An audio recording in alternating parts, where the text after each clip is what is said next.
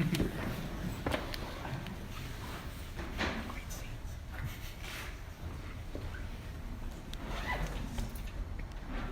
right, great. Hi, everybody. Thank you so much for being here. My name is RHNA. I'm Managing Director of Abundant Housing LA.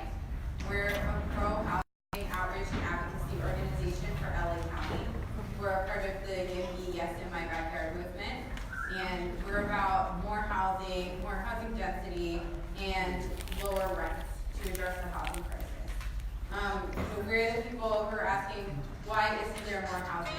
You know, we look around and we see empty lots, we see parking lots, strip malls, and, you know, single family homes, you know, right in job centers, near transit, and, you know, we're asking, why isn't that more housing? So many people want to live in those areas, so many people need places to live and they need lower rents. Why are we seeing so many underutilized sites, you know, so many parking lots in low density areas? You know, we're the YIMBY, so we're you know, we're countering the NIMBY, not in my backyard attitude and mentality. And, you know, unfortunately that really dominates at the local level. So, you know, we're trying to find as many people as we can to be a part of this, to say, you know what, we need more housing. More housing is good for our neighborhoods. It's good for our, you know, well-being as communities. It's good for renters. You know, countering that sort of NIMBY mentality that's very anti-housing, that's anti-multifamily housing. You know, people who are saying multifamily apartments are against the character of our neighborhoods. You know, what are they really saying? You know, is that's exclusion when we unpack that.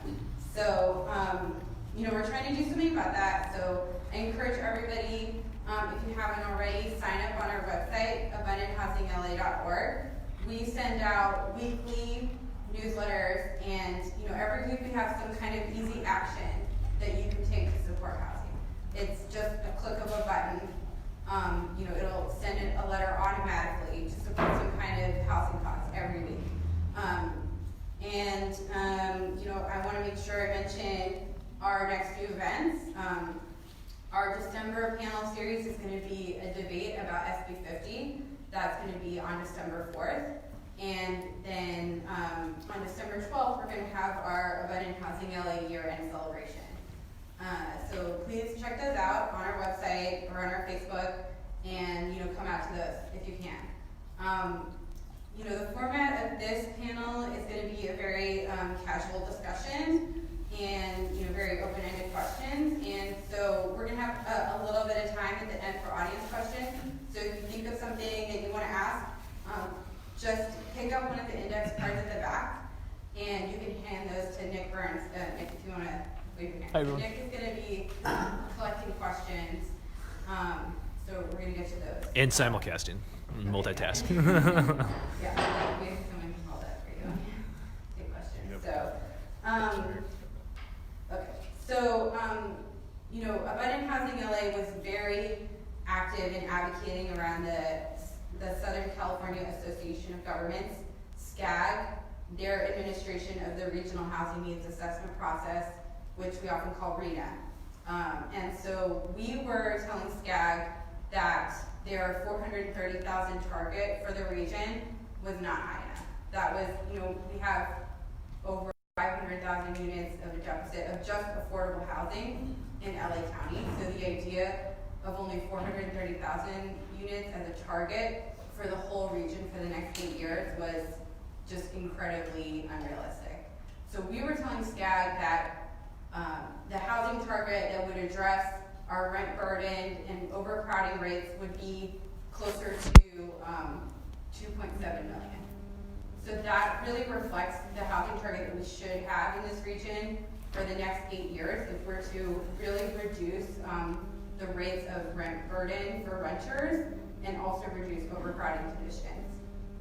So because of that advocacy, we were successfully able to get that number to be raised above 1.3 million and then distributed in a way that focused that housing near job centers and transit.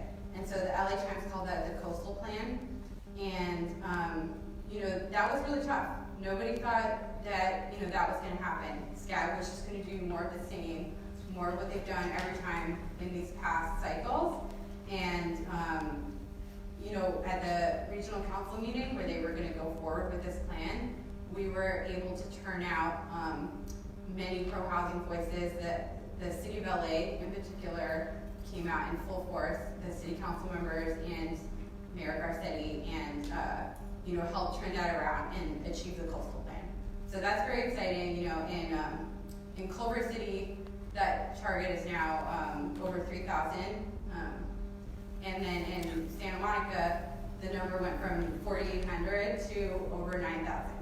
So that's the kind of change that we're seeing, and we're very excited about that impact. And I also want to make sure I thank our panelists, all of whom were really helpful and were pro-housing voices as a part of that process.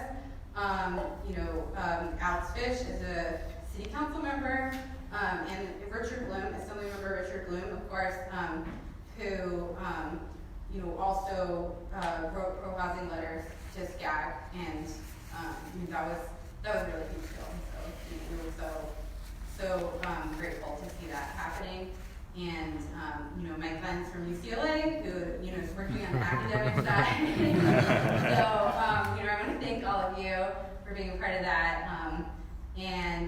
So let's just start by introducing ourselves a little bit, and then maybe we can talk more about this RHNA target, this new RHNA target, and how that's ultimately going to affect renters. So Alex, do you want to start? Sure, I'm Alex Fisch. I was elected to the city council here in Culver City in April of last year. I was unambiguous about supporting more housing in Culver City, but even after that, running a campaign that was in favor of particularly affordable housing, but also recognizing that the critical role of market rate housing. After that election, our understanding of the severity of the climate crisis was advanced quite a bit. And the importance at the local level of allowing people to meet their needs with something other than a private, single occupancy car became really, really clear. And at the same time, I think we all know that homelessness has very visibly exploded throughout Los Angeles, including in Culver City. And people are always looking for political points to score. So many think it's because of our policing standards, but credit to Culver City Police, it's never been our policy to criminalize poverty. There's been no change in policy. It's simply that homelessness is increasing at exponential rates. So those two factors, I think, combine to create a moral obligation for me that I feel to actually solve this housing problem, even if it's just Culver City, 40,000 people, 5 square miles, and even if it costs me re-election. So that's the way I've approached this, and I'm very flattered to be here tonight, including the junior varsity representatives.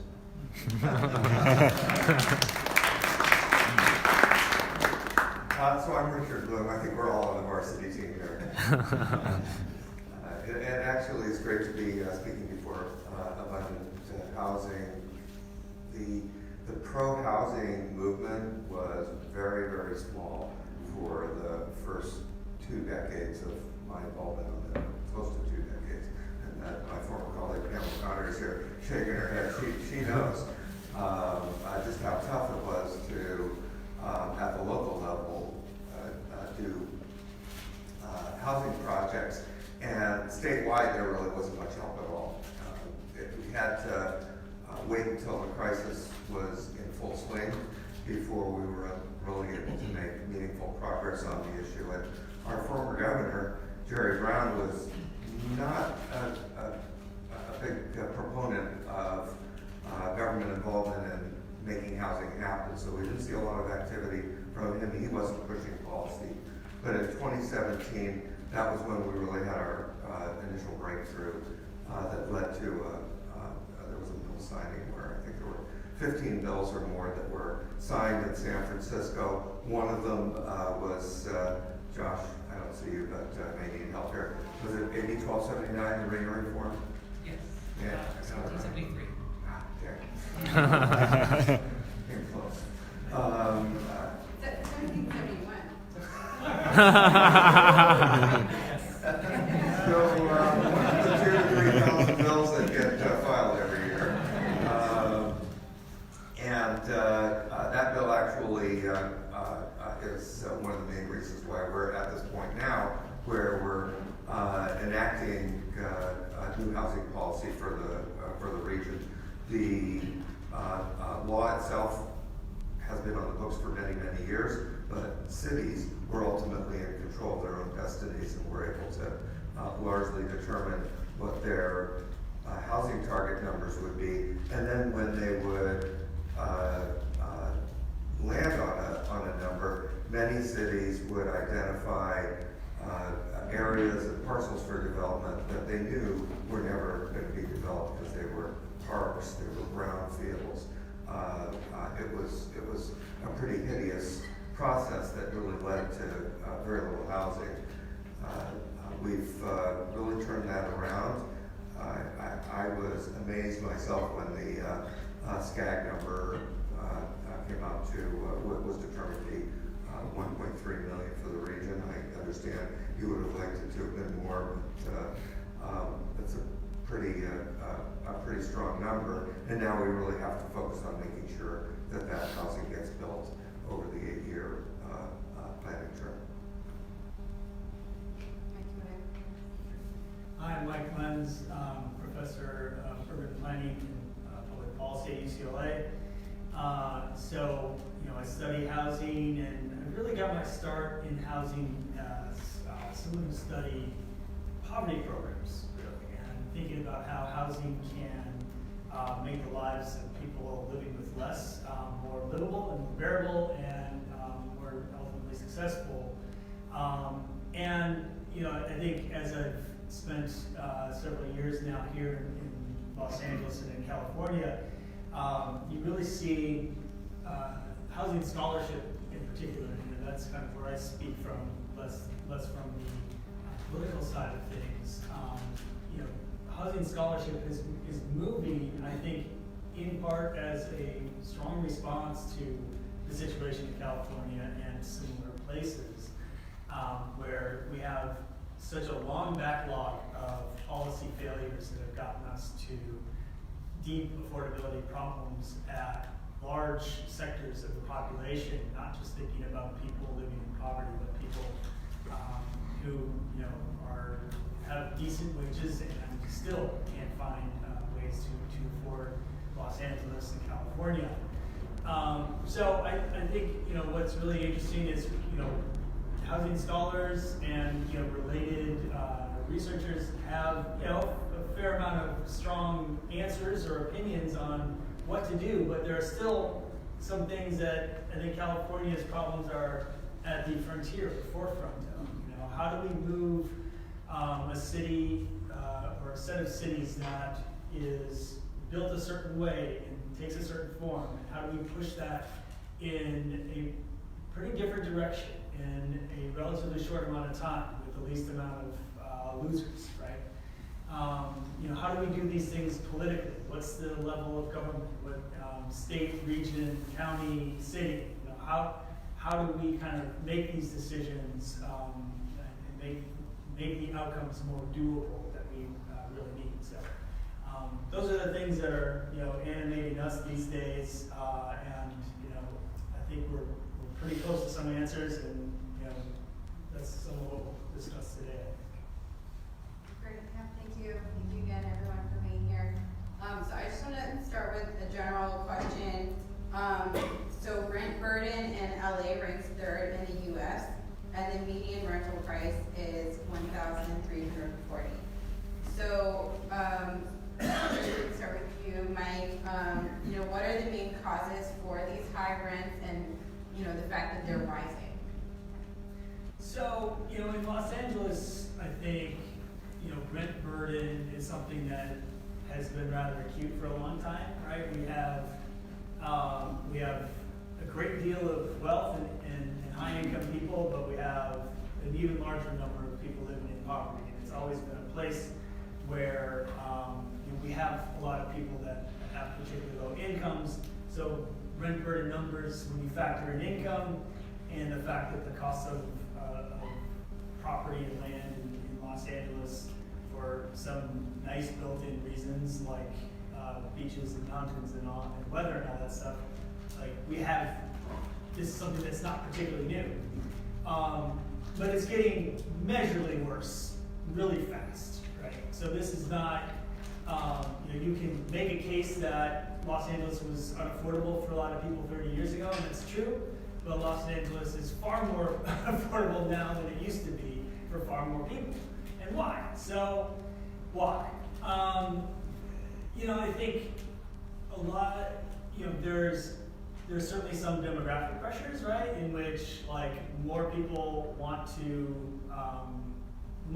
live in particular parts of Los Angeles than they used to, right? Where there's a little bit less relative growth on the fringes of Los Angeles than there used to be compared to the Culver Cities, the Koreatowns, the center parts of Los Angeles. So there's a little bit of pressure, more pressure there. And then, we've got decades of failure to build homes at a rate that is even close to the growth that we would need, right? So in plenty of cities like Los Angeles, you're seeing these pressures. Have we been doing a worse job at building housing than some other places? Perhaps. Is our zone capacity is diminished over time? That's certainly a factor. I think those are the big ticket issues. It's pretty bad across the country. I think we need to remember that we're not the only place that has a housing crisis. I was at a dinner with some friends on Saturday night. We get together for an annual pre-Thanksgiving feast, and one of the couples is from Texas, near Plano, Texas, and they were complaining bitterly about the housing costs there. And we hear these stories all around the country. It is true that it is probably at its worst here, and it's something that's been a long time in the making. We're not going to be able to dig ourselves out of the hole overnight because it's so deep and so wide. But there are a lot of factors that go into it. The strong economy is great. The fact that our local economy has been boosted by technology has been nothing short of amazing.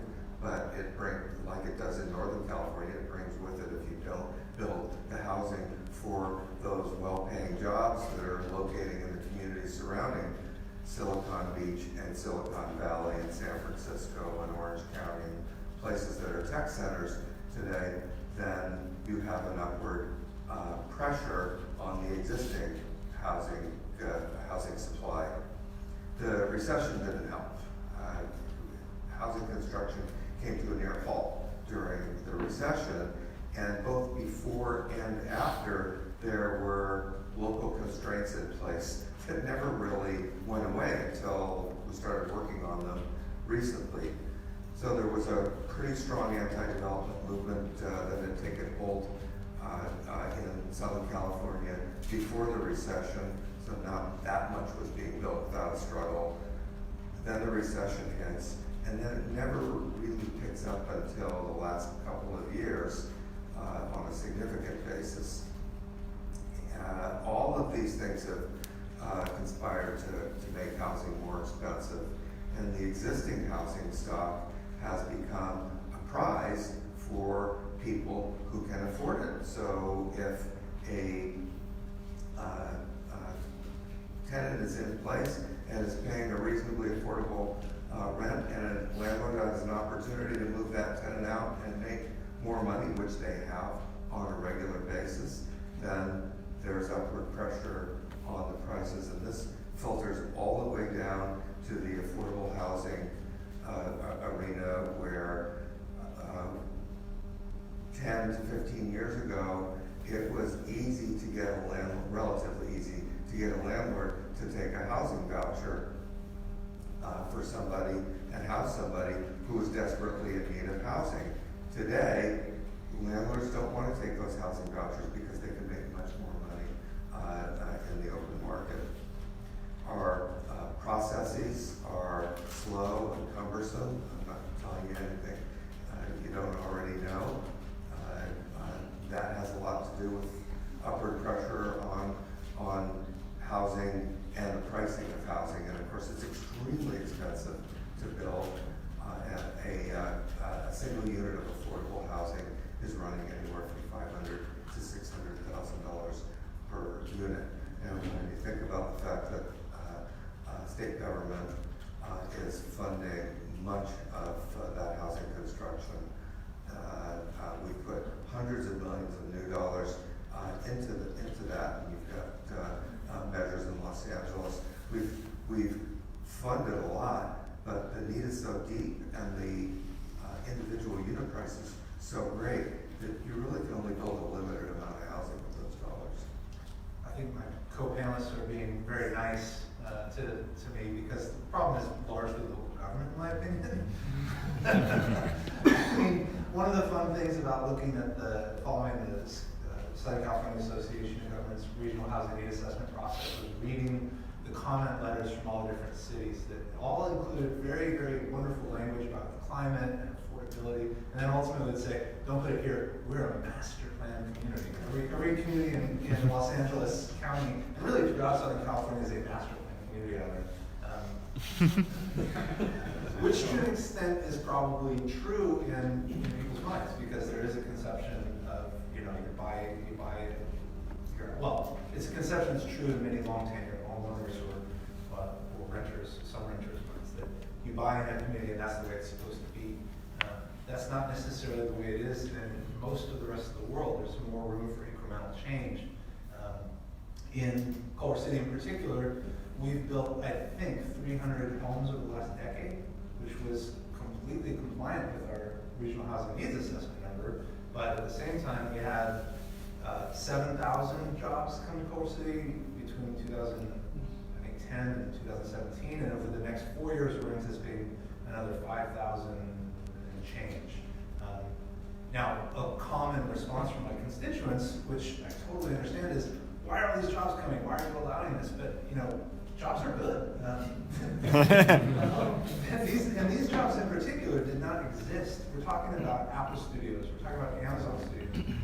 Those are things that didn't exist 2 years ago. So we're not transplanting workers. We're not importing outsiders. We're creating jobs and opportunity all the way up and down the economic spectrum. We need to embrace that. We need to find a way to say yes. That preserves what people love about the community, but reduces some of the friction and prevents the upward pressure that my co-panelists just referred to. There was a time in Los Angeles when new construction, a one-bedroom was $900, new construction, and two-bedroom was I think $1,100 or $1,200. This was the era of dingbats and bungalow courts. I'm not saying legalize dingbats everywhere. There's certainly those people out there, but we can find. Yeah. Legalize the first dingbats since our little And I've come around on dingbats. It's the first place I lived in Los Angeles, and it was $900 a month, and it wasn't that long ago. As old as that may look. But we can legalize things that look familiar and already exist in our neighborhoods and don't offend the aesthetic preferences of Southern California. So we can do this. And recently there's been more research that suggests that if we were to legalize those same types of vernaculars that we already know, then you'd see similar low prices in new construction. So, giving this number to Culver City and other coastal cities is a wonderful step. Past experience suggests that cities will resist, find ways to resist. So I hope the state's not including the field entirely, but I look forward to doing what I can, because I view this gag thing as the ultimate local control. We've come together as a region and said, okay, there's a shortage. Calvin is 49th out, in per capita homeless per home person.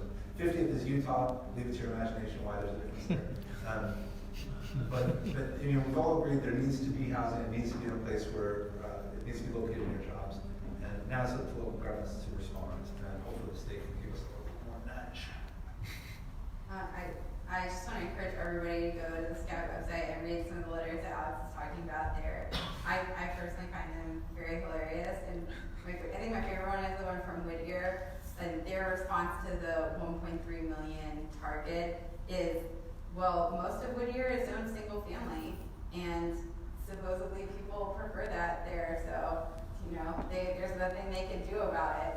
Meanwhile, they're declaring a state of emergency on homelessness and considering, criminalizing it, but they won't even consider the idea of upzoning their single family areas to accommodate this state mandated housing target. If So, you criminalize homes and you criminalize homelessness. that's the situation that we're talking about, and so yeah, definitely go on the Scout website and check out some of those letters. So next I want to make sure we talk a little bit about AB 1482, the anti-rent gouging and just cause evictions bill. And so while we're waiting for that to come into effect, many landlords have been responding by evicting their tenants early. So, why is AB 1482 important, and how is it going to pay off for renters long term?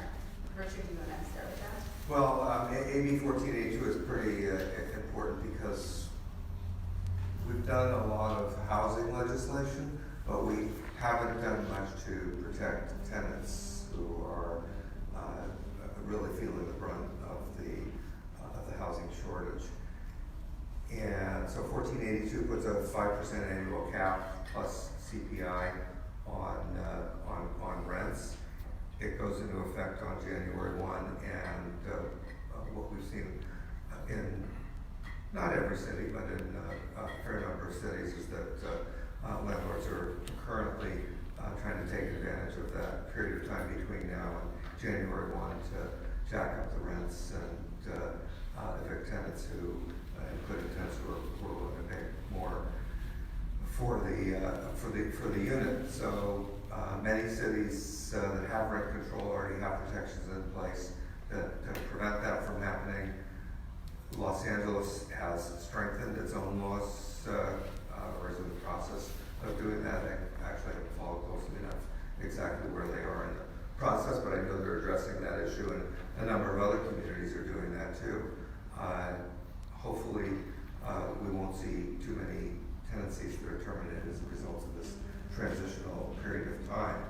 The 1482 is not a perfect law in my view, but it will have the effect of moderating rents over the long term. We may see some landlords who are raising the rent as a matter of course to the maximum level able, but I'm hearing from a lot of landlords that that's not their intention, and they prefer to keep tenants in place with whom they have had no issues, and so I'm hopeful that in the long run the law will provide for more stability. Can I ask what do you think would make 1482 a better bill?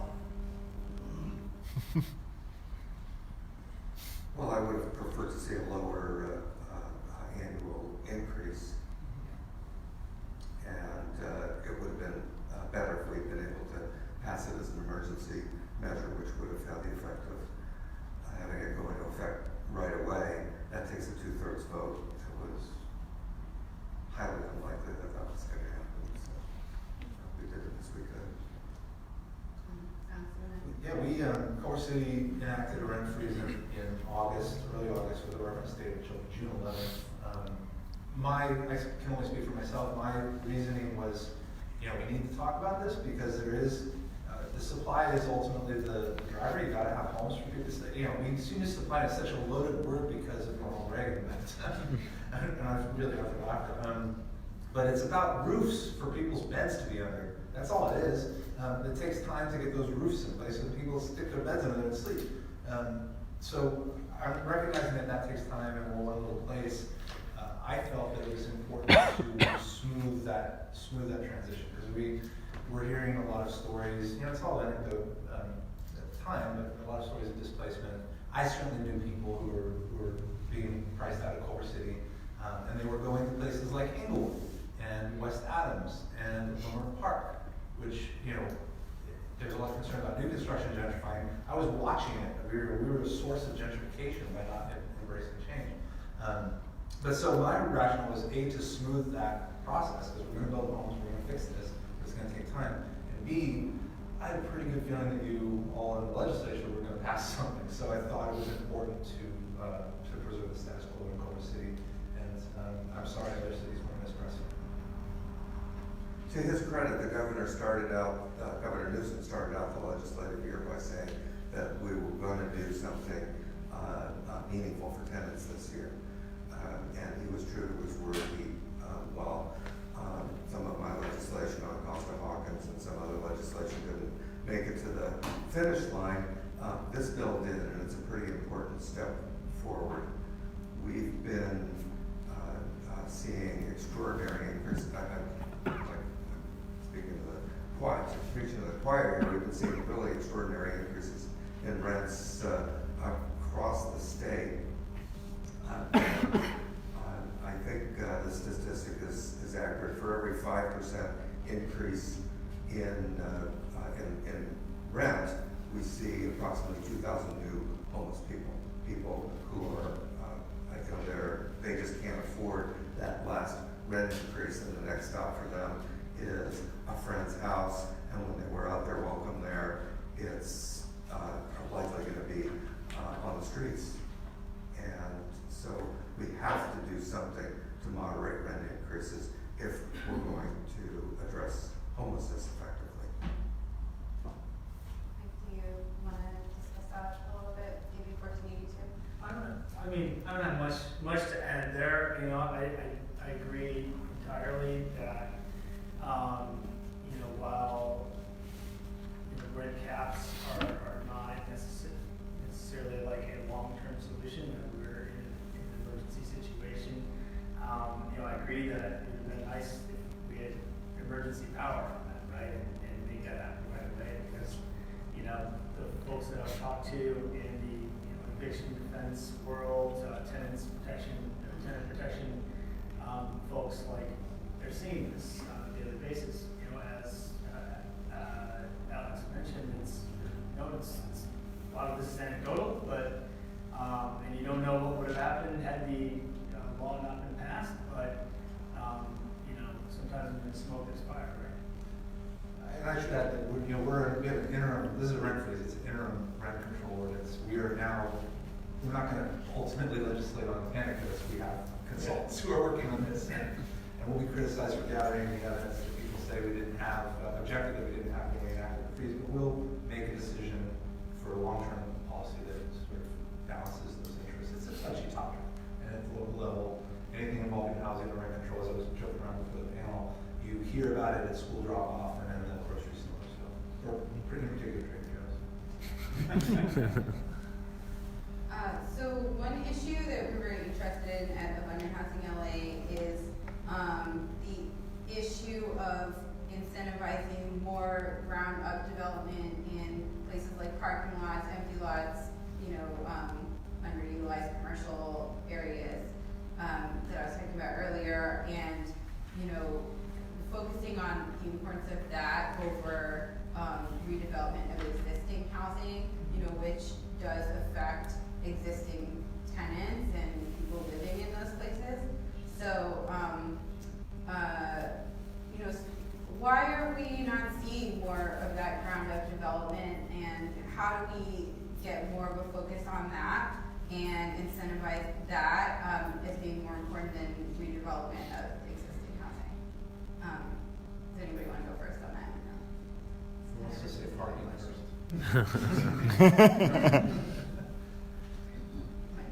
Yeah, I mean, Councilmember Fisch said parking, I mean, that's often, an issue is like, what do you have to do to replace that big amount? Like, what is the city gonna require of you, in order to produce housing there? And often, parking requirements is the most costly, most onerous thing.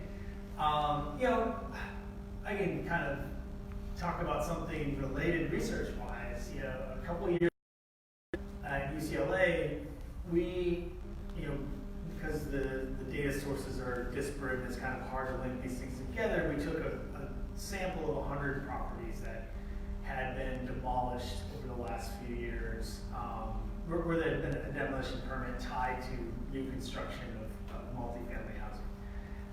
And we found that there's an incredibly low, it's actually surprisingly infrequent that we demolish something that somebody was living in order to produce new housing. So in some of the work we've done looking at this citywide, in LA anyway, we actually do a pretty decent job of infilling into places where there hasn't been something there already.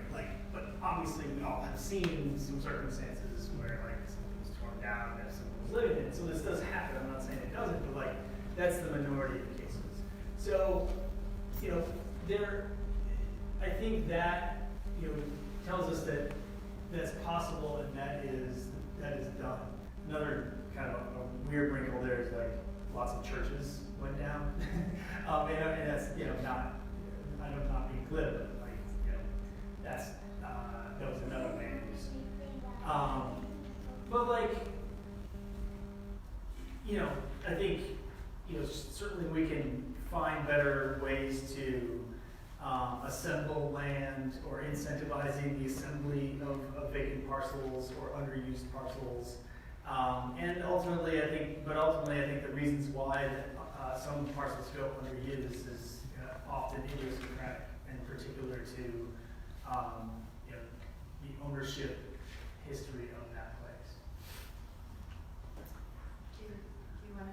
Well, I think, first of all, this issue of displacement of current tenants is extremely important. And it was one of the reasons that the bill that I carried, which took 3 years, I think, for us to finally get it through, reforming the Ellis Act for rent control jurisdictions. This year was AB 1399, is extremely important. But the RHNA reforms and perhaps other legislation that might be forthcoming in the next year or two are going to force cities to look at realistic opportunities that they have to fill that dramatic increase in housing that is being identified for communities. So I'll pick on my own city, and I know Pam won't mind because she and I were on the same side on this. When we went through our land use and circulation element update that happened right around the time I was cycling out of city council and up to Sacramento, we agreed that housing would be in a number of places, but on boulevards and what we identified as opportunity sites, which were relatively large parcels that were underdeveloped and could accommodate a lot of housing. Subsequent council, much to then Mayor O'Connor's chagrin, turned that around and got rid of those provisions. Santa Monica, in order to fill its housing need, is going to, mark my words, is going to find itself looking at bringing those provisions back. The places exist. They don't result in any displacement, and they really are the kind of places that we should be looking at to build additional housing. So I think you're going to see some of those kinds of parcels that you're talking about, Lenore, being brought. They're going to be more valuable to developers, so there's going to be more pressure now to develop them. I think it's, I just want to say really quick, I'm actually in the Housing Commission in Santa Monica now, so I'm also, involved with looking at the housing element update now, and, it's true what Richard is saying, and, but it is really tough for our city to make these changes, and, but, it's tough work that really needs to happen to serve the needs of the residents, so, yeah, but anyway, sorry, I'll see. No. I think, I don't disagree with a single word that's been said here. I would only add that it's just very difficult to entitle things in most cities. There's not a lot of objective standards. Even, somebody asked me within a month of me being elected, said, well, have you ever given a variance? And I said, we had just approved something that required a variance because it was this weird lot configuration and stuff. I said, well, yeah. He said, why? I said, it doesn't, it's necessary to get anything done. Generally, people's plans are not actually objectively set up to accommodate iterative growth or incremental growth, which is really much more healthy. It creates better cities than mega projects that people spend $5 million to entitle in years and years. We basically created a dumbbell-shaped, who can develop. You're either a homeowner who can add a bedroom, and that's relatively easy, or you are a billionaire who can afford to survive the 5 years of political onslaught and the lawyers and the architects and planners and everything else to get the Ivy Station built, right over there. And there's nothing wrong necessarily with those big projects, but when that's all people see, they perceive that there's massive development, and it creates more resistance to smaller development, which is probably healthier for the city, that smaller development. So, the corridors plans are probably where we'll end up in Culver City, who knows? We're doing a plan update right now. That doesn't really create a great city. You're not eliminating the need to drive. You're creating a place where children are growing up right next to exhaust. It's not equitable. It's not walkable. So it's not perfect, but it's better than what we're doing right now. If we can create sort of by right opportunities, you do this, you do that, you create a garden wall, you create this kind of setback at the top, you can do it with a stamp, that would be ideal. The community gets assurance of what it's going to look like, so that we can say yes on a program basis instead of a project by project basis. And then people who are trying to build something don't have to have uncertainty and risk for years and years. I do have to salute the states and the Assemblymember in particular for the ADU laws that are going to go effective on January 1st. I'm sure you'll hear some griping. But essentially, it will be legal in California to build 2 accessory dwelling units on a single-family plot. What I want Culver City to do with that, the state has basically laid out a minimum standard where if you do X, Y, and Z, 4-foot setbacks, tandem parking, all this, you can get your stamp very quickly. It's a good program. What cities should be doing is embracing the fact that that's essentially a triplex. Why avoid it? Make it look good, make it work with the single-family neighborhood, and then instead of getting complaints about what the state has done, we'll get happy residents who are living in more naturally affordable new homes. Yeah, I love that idea of sort of taking more control over the view of zoning and sort of turning that into multifamily housing in a way that maybe suits Culver City. So I think that makes a lot of sense, and I think that's like a really exciting direction that you're going. I want to make sure we talk about, we're going to get to questions very soon, but I just want to make sure we talk about the issue that homeowners are really dominating at the local input level. And, the reality is that housing scarcity benefits those homeowners financially. And so why are we seeing those viewpoints dominate at the local level, and what can we do about it? Richard, do you want to start with that? You got the grenade? It's all politics is local. I think I mentioned this earlier. Until the NIMBY movement really gained steam, there just wasn't much of a counterbalance to the NIMBY side of things. And that played out not just in market rate housing, it played out in affordable housing.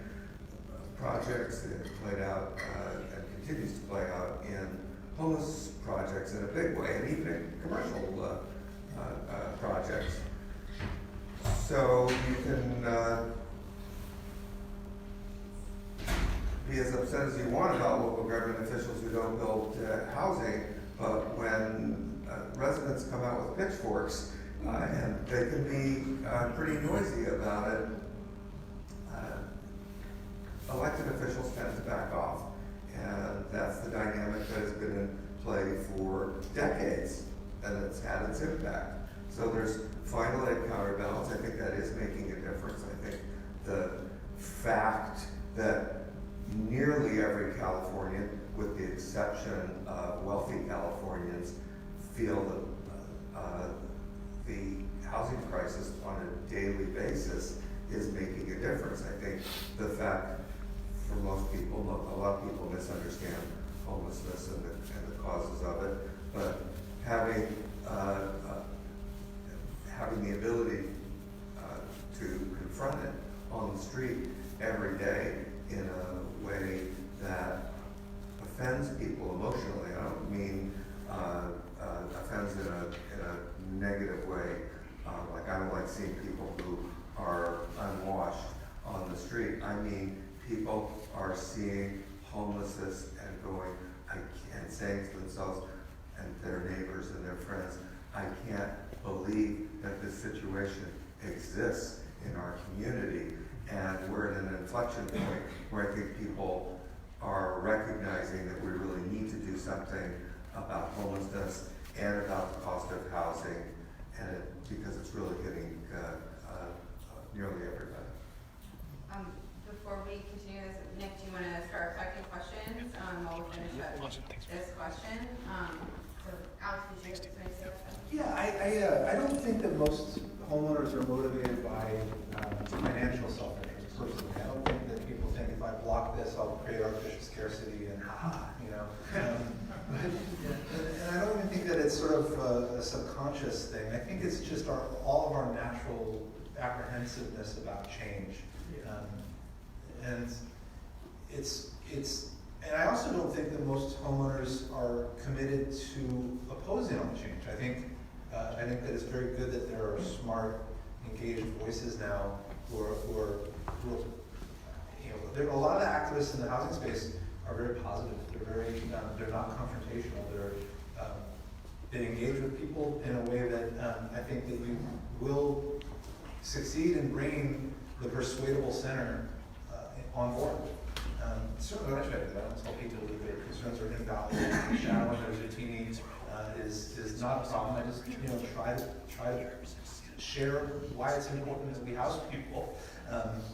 Those who oppose it for whatever reason are never going to support that, but I think most people will. So people's concerns are not always invalid, and they're frequently valid, and that's why community process is so important. But when community process becomes something that never ends, because it's iteration after iteration after iteration, and community meeting after community meeting, and you get to the point where you know the only reason for having more community meetings is so that the project never gets built, that's different. You're in an amazing city that is doing amazing things today. 10 years ago, it wasn't so much the case, right? I was the one who said that. But it's part of the same. But things have changed. Yeah, I think that's right. And there, just one little tangent there. There is something wrong with the way we do community meetings at the local level, I think. And I don't know how to fix it, but it does privilege certain people who I do want to hear from. I mean, I want to hear from everybody, but I also need to. I've got to figure out how to go to where people are who are just as affected in the other direction. I don't know how to do that yet. Yeah, I mean, just to add one thought there is, in this thought about kind of counterbalancing, what has been the narrative and the kind of more powerful class and voice is like, there's a growing group of people like you in this room, right, that are, you know, shining a light on the idea, which seems so obvious to many of us, that like housing is a unabashedly good thing, right? And housing is extremely important to all of us, and we should push for more and more and more of it, unless there's some obvious reason why this particular housing thing shouldn't go to in this particular spot, right? Like, my God, it's a conversation, but you know, there is a space and there's a future that I look to in which a group of people like those in this room are strongly linked to the other types of pro-housing people that have been in this conversation for a very long time. The people who have been, you know, protecting tenants, you know, unit by unit, building by building, in, you know, neighborhoods that are much, much lower income than where we're sitting right now, right? You know, communities of color that have been disenfranchised in several ways in housing conversations and in related conversations for a very, very long time, right? And we're fighting for so much similarity, right? Or such similar causes and such similar outcomes, right? We want the rent to be lower, right? We want more housing options for more people, right? Like the fundamentals of what this group and what, you know, other housing groups are fighting for are so similar. When we get to a point to where, you know, a high income, you know, a hearing about a high income neighborhood's housing development is, you know, has some people from the other side of town that stand to lose if this housing doesn't go in the rich side of town, because the rich side of town is going to go over there and bid up the price of their housing, right? Like once we get to that point to where these forces are knit much, much more tightly, then that countervailing, you know, opinion gets so much louder, and that's what I look for. Okay, so we have, sorry, important communication. All right. Does this work? Yes, great. So we have a good range of questions. Well, Assemblymember Bloom is looking at that. An interesting question about the relationship between housing affordability and what a living wage should be. Obviously, rents have increased like well in excess of wage growth, even though the economy is pretty strong right now. So are there any ideas about changing the minimum wage as a strategy for improving housing affordability? What was the last phrase? Is there a role for increasing the minimum wage to play as a strategy for improving housing affordability?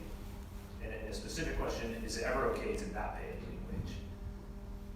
No, it's not. And we've raised the minimum wage, so I don't think it's likely that, and it's still going through its incremental stages as we speak, so I'm not sure that, I'm pretty sure we're not going to see a rise in the minimum wage. Living wage is a little bit different. We need to strive to do that in every sector of the economy, but I would just point out, I'm certainly not trying to argue against rising wages, but the more money that's in the system, it just continues to press prices upwards. So if we're not accompanying that by rapidly increasing the housing supply, we're not going to get rid of the dynamic that is the number one source of diminished quality of life in most people's lives in California is not their inability to have an increased wage. It's that housing prices are going up and taking money out of the income that they are receiving. And so when you have somebody who is making, particularly the lower level income levels, you know, a couple $1,000s a month, and that person is paying 60 or 70% of that $2,000 for housing costs, there's very little money left for anything else. And then when the next rent increase comes, there's that much less. So to me, that's a much bigger issue than the wage issue. They're both important, though. Thanks, Assemblymember. And so kind of to the point of, I think that the governor has said that these 2 years will be the 3 Ps of housing: preservation, production, and protections, maybe is what the 3 of those stand for. Yeah. So obviously Sacramento's done a lot of work in terms of protections. So protections, we talked about AB 1482. There are a few questions from our members about what your expectations are for the production side of things next year. So A, what are the expectations for what Sacramento will do for production next year? And B, relatedly, what are expectations for how cities are actually going to implement the RHNA allocation, and what can be done to make sure that cities implement the RHNA allocation? That we haven't already done. I mean, I think the RHNA reforms are pretty robust. There's probably, I don't know what the additional steps are. There's always more that we can do, including we may find that we need to do some cleanup legislation to clarify the reforms that we have made. One of the reforms that was embedded in the legislation that's passed is who can litigate. Before it was only cities. Now nonprofits can litigate a RHNA issue, and the state can litigate it. So the door is open to much more robust enforcement than we had before. In the past, cities were pretty much in the driver's seat on RHNA. And is there any kind of update or expectations for the production side in Sacramento next year? Well, I don't want to predict what my colleagues are not going to do, but I feel fairly certain that a certain senator from San Francisco is probably going to come back with something on SB 50, but I have no idea what his amendments will be. I'm going to be spending a week with him in Israel, though, starting Sunday, so I may have a little more idea when I come back. Still not sure I'll share it with you. I always like to point out that tenants' rights champion Nancy Skinner is a co-author of that bill. Speaking from the local side, I do think cities are going to have a very hard time. There's going to be a lot of turmoil in trying to implement the reallocations. Maybe that's good, but it's probably not. It probably will impede. There are certain things that can be done that are probably just objectively good, and to the extent they trample on local control, maybe it's okay. You don't have to say that. But there No, are seriously, local folks need to stand up for, we get this all the time in Sacramento, because a lot of us are former local government officials, and the League of Cities likes to come to us and say, don't forget where you came from, don't forget where you came from. Well, I don't forget where I came from. When I wore that hat, my job was to make sure that a certain amount of local control, that we held on to local control, because at the local level, we like to feel like we know what's best. And I think there's some truth to that. But wearing a different hat in Sacramento, I have to look at the needs of the entire state and think about what I can do to address what is clearly a crisis that's statewide. So we each have our roles to play in this. So there are also questions about. Wait, I just wanted to break. Did you have anything that you wanted to say? So maybe this is a good question for you anyways, Professor Lenz. There's a couple of our members observed that rent control is actually unpopular when, as evidenced, I guess, by the vote that failed in 2018 for whatever it was, the way repeal passed about that. And also there was recently a report that was published by some local social justice groups about vacancy rates in Los Angeles. And it's a report that's since been redacted or removed or whatever, because the methodology was extremely questionable and the data that the results were kind of questionable. But there is this argument that half the office. yeah. No responsibility. I think that there's like a general sentiment of folks who really try to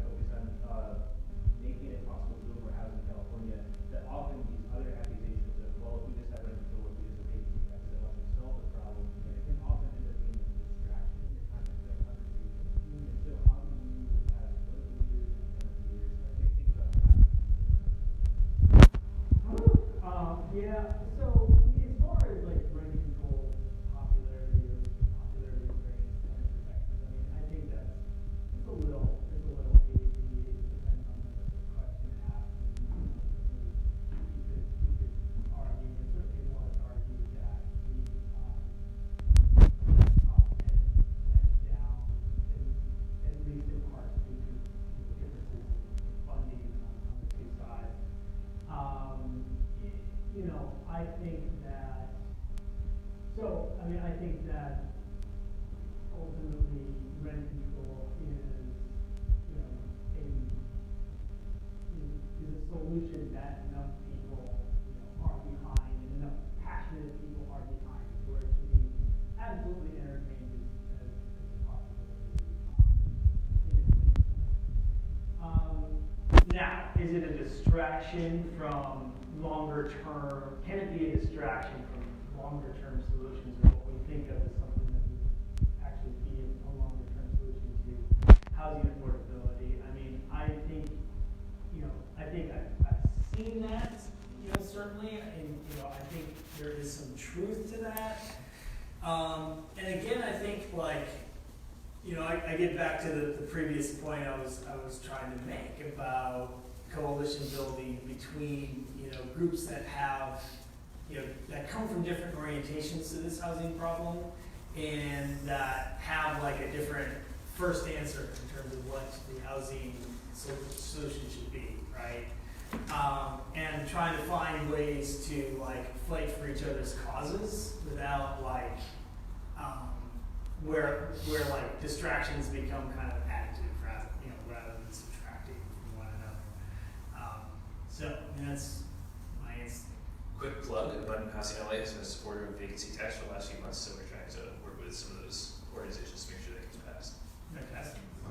So, look, if you have rent control, it's really popular. If you have $60 million to send a message about how bad rent control is, or $60 million to convince people that this beautiful young child in the first row is actually your corporate overlord who is commanding you through those headphones and your laptop, I'll bet we could convince a lot of people of that. Yeah, she is in charge. She has been to a lot of meetings. She might be in charge. But I can tell you where rent control is definitely not popular, and that's in the state legislature. And I've got 2 bruising years of, maybe 3 bruising years of battles on rent control measures under my belt now to prove that it's just not a popular topic. I didn't know that Howard Jarvis founded the California Apartment Association. That was news to me because of this whole episode. I would say Prop 10, I don't think is a good indicator, just because I think it's less the money than that it was a confusing proposal that didn't offer any immediate relief or material benefit to people. It was and there were some problems with some of the personalities. So and even still, so you're essentially, if you're voting yes on Prop 10, you're saying that maybe my local government, you're signing up for another campaign at your local government level, where it's also very difficult. Nonetheless, in Culver City, it passed by 60%. So that was, to me, a pretty clear indication of public sentiment. That said, that study over the weekend, it certainly got under my bonnet. Because I'm not an academic, but I read it and I thought, well, a condo that's owned and rented is not vacant, and property held in a family trust is not global corporations. There were some errors in judgment from some folks, and I hope it doesn't do anything. It does. I'm certainly not going to change my view of what ACE does or what Surge does. Look forward to working with them on other issues. Let's put it behind us. I think that all the time we have pretty much 8 o'clock. So so thank you everybody for being here. Thank you so much to our panelists.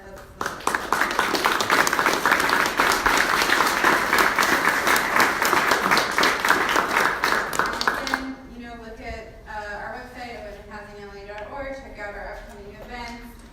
Come to our future panel series. We have there's a lot of topics.